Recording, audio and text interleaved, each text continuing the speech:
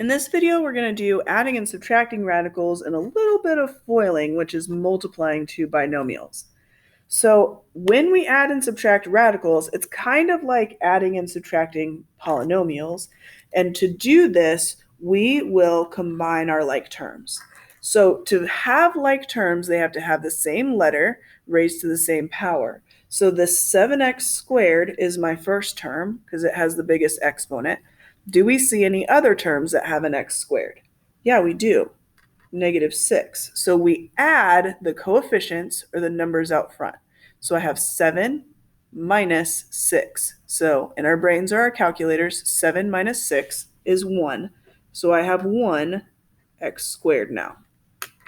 Then I look for another set of like terms. So 6x has the next highest exponent. It's an x with an exponent of 1. Do you see any other x's that just have an exponent of 1? Yep, here.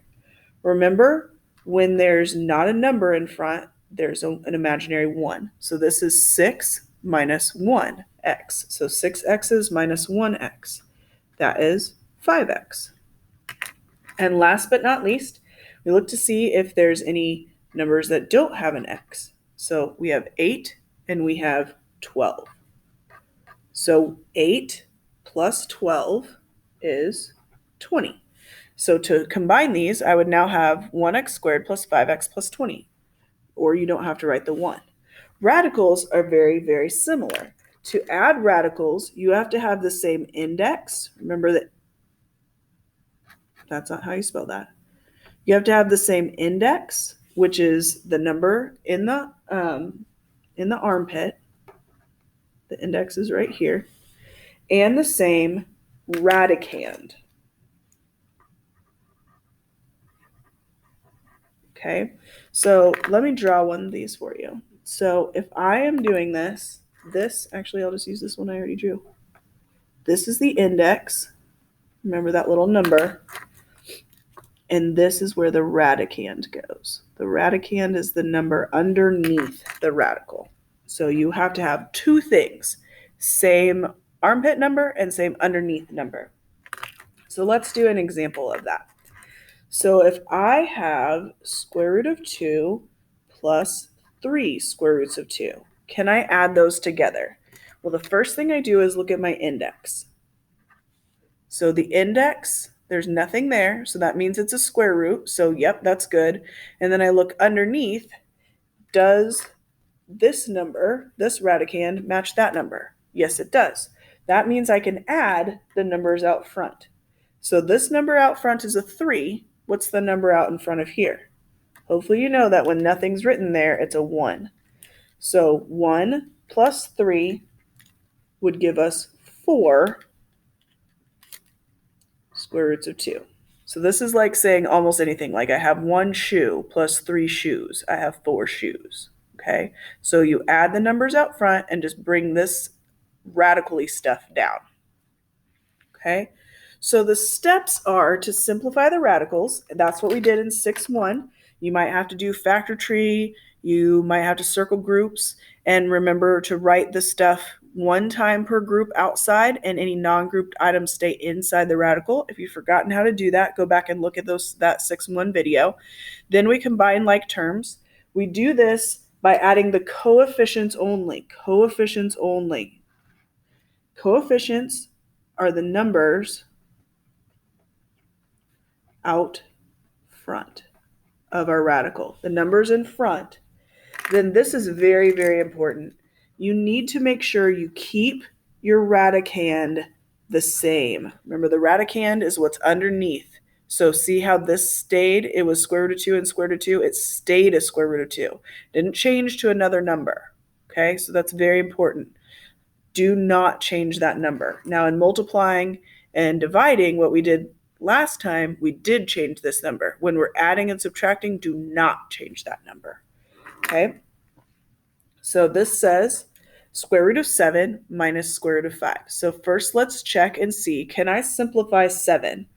No, 7 is a prime number, so I don't need to do any simplifying. So second, we combine like terms. So we look at the coefficient. This one doesn't have a coefficient, so it's got a coefficient of 1. And this one has a coefficient of -5. So I'm going to do 1 minus 5. What is 1 minus 5? Well, that's a -4. So my coefficient is going to be -4, but I still have to have that radical square root of 7. Now notice, it was a 7, stayed a 7. Everything underneath the radical stays put when you're adding and subtracting after you've simplified it. It stays the same. So here though, problem, can I add those together? Well, right now I can't because that's an 8 and that's a 50. Those are not the same numbers. So now is when I do have to do that step number 1 where I simplify. So I'm going to make a factor tree for both of these. So now that I have my factor tree, I need to circle whatever's in my index. So we look at our index. My index is 2 on both of them. Remember, they have to be the same. So I'm circling groups of 2. So if I look at the 2's, it looks like I have a set of 2's. So that's going to go outside. And then my radical. And what's left here is a 2. And then I'm going to add that to what happens over here. So over here, it looks like I can circle a set of 5's. So that's going to go outside. And underneath my radical, I have, a 2. So do these match? Now I know they're not the same color, but underneath the square root, is it the same number? Yes. So when your radicands, the number underneath the radical, are the same. So now I can add them, but we only add the numbers that are outside the radical. So we are going to add 2 plus 5. What is 2 plus 5? 2 plus 5 is 7, and then I'm going to leave the radicand alone. So square root of 2 is going to stay square root of 2. Sorry, that's really messy. Okay, next one. So can I add these? No, because 5 and 20 are not the same number. So I need to make a factor tree. Well, 5 doesn't actually divide by anything. So I guess we won't make a factor tree for it. So let's make a factor tree for 20. Okay, so this one with the 2 square roots of 5 is just going to come down. Okay, this one had a 5. And now if I look at my index is 2. So I'm looking for groups of 2. So do I have a group of 2 of anything? Yep, I have a group of 2 2's. So I'm going to circle that. So that comes outside, and then my radical will still have that 5 underneath it. That was not part of the group. Okay, so 2 square roots of 5, I can't simplify that at all. So I'll just bring it down. But here I have a 5 and a 2 on the outside. So I multiply those together, and that gives me 10. Okay, now are your radicands the same? Square root of 5 is the same as square root of 5? Yep. So we add our numbers out front. So 2 plus 10 is 12. So we have 12 square roots of 5. So make sure you're simplifying and then combining if they have the same radicand. Okay, next thing, just 2 more problems. Multiplying. So when we multiply these, we are going to multiply with the FOIL technique. So if you don't know the FOIL technique or don't remember, let me show you. So FOIL stands for first, outside, inside, and last. So a couple things when you're multiplying, what are these called? Radicals. Hang on. Okay. Multiply numbers that are outside the radical only with other numbers that are outside the radical. And multiply numbers inside the radical only with other numbers inside the radical. That's not going to be as important as this first one, but let me show you what I mean. So first, first means we're going to take the first one in this parentheses and multiply it by the first one in that parentheses. So that's my F, first. So 5 times 5. Now I'm going to do my outside. Oops, that's not the right color I used for the word outside. Outside. So outside are the two outermost. So that's the outside. So the outside here I have 5. And over here it's a little tricky. I have a square root of 3, but there's a negative in front of it, a minus sign. So I need to multiply by negative square root of 3. Then I do the inside 2. So this is positive square root of 3 times a 5.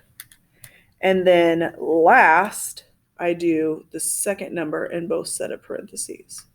So I have square root of 3 times, and then remember that this minus sign makes it negative square root of 3. Okay, so let's multiply these. 5 times 5 is 25.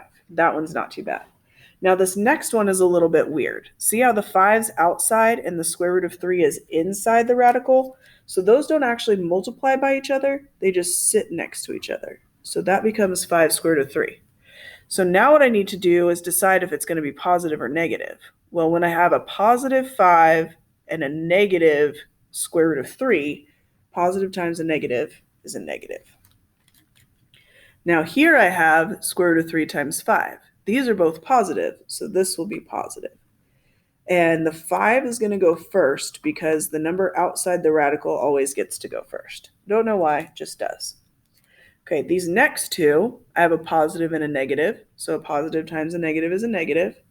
Now on these two, I actually get to multiply because they're both underneath the radical. So just like I did with the 5 times 5, since these are both underneath the radical or inside, I multiply them together and I get 9. So now if you look at this, do we have any like terms? Well, 25, nope, because those all have radicals. Square root of 3, oh, hey, these are both square root of 3. So we are going to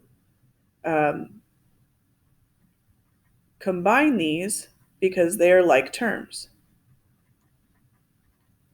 Okay, so I'm going to bring down the 25.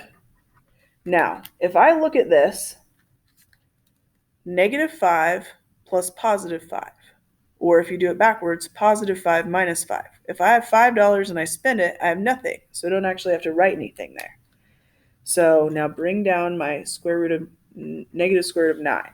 But can we do the square root of 9? What is the square root of 9? Square root of 9 is 3. So can I actually change that? Yeah, I can. So this is 25 minus, and then I put in the 3. So 25 minus 3 is 22. And that's my final answer, 22. So sometimes when you multiply radicals, the radicals all disappear and you just end up with a single number. Now that's not going to happen on this next one. On this next one, it's going to be a little bit more challenging. Okay, so same steps we're going to do. Multiply the first two together. So 3 times 5. Then multiply the outside 2 together. So that 3 is positive. So 3 times negative 6 square roots of 2. Then the inside 2 together. Negative 4 square roots of 2 times 5. And then this one's kind of tricky. I have negative 4 square roots of 2 times negative 6 square roots of 2. Okay, so everybody just see where all that came from. So just take a second and pause it if you need to. Make sure you see where everything came from. So now I'm going to actually do the multiplication. So 3 times 5, those are both outside the radical, so I multiply them together. In this chunk, I have a positive 3 and a negative 6 square roots of 2. So positive times a negative is a negative. Now, the 3 and the 6 are both outside, so I multiply those together, I get 18. And the square root of 2 is the only thing inside, so it just stays. I don't know why I can't write 2's. Here, I have negative 4 square root of 2 times 5. So negative, positive, it's going to leave me with a negative. The 4 and the 5 are both outside, So 20. The square root of 2 doesn't have a buddy to multiply with, so it just stays. Here, last one, negative 4, negative 6. That's going to give me a positive 24. And then here, this one, see how I have square root of 2 and square root of 2? Those are both inside, so I multiply them together. Get square root of 4. Okay, then I look for like terms. 15 doesn't have a like term, so just bring it down. Negative 18 square root of 2 and negative 20 square root of 2. Those are both square root of 2, so I can add them together. So negative 18 plus negative 20 is negative 38 square root of 2. Then here I have 24 square roots of 4. But what's the square root of 4? Hopefully you know that that is 2. So I can change this to be 15 minus 38 square roots of 2 plus 24 times 2. Because the square root of 4 is 2.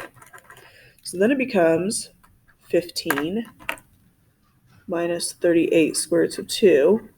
And over here, this becomes plus 48. Now I have to look one last time for any like terms. So do you see any like terms? Hopefully you notice that 15 and 48 are like terms. So that becomes 63. And then negative 38 square roots of 2. So those ones take a little bit longer, but I think you can do it. Let me know if you have any questions.